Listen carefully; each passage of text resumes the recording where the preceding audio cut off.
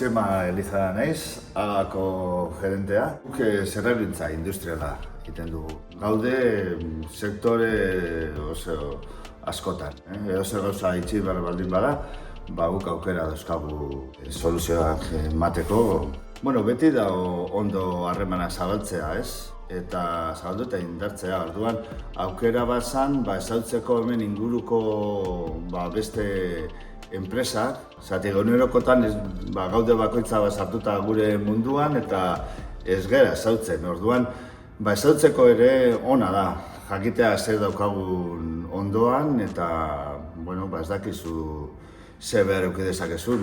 Ez dakigu zer daukagun aldamenean eta igual gabiltza bilatzen gauza munduan zehar, ez? Eta igual aldamenean eukitan norbait kolaboratu dezakela eta. Ez denok ez daukagu behar berdina, baina bai talde guztian bilatu dezakegu behar batzuk bat baina gehiago daukaguna. Orduan gauza horietako ere errazago da bakarrik egotea baino batzun artean gestionatzeko gauza horiek, ez?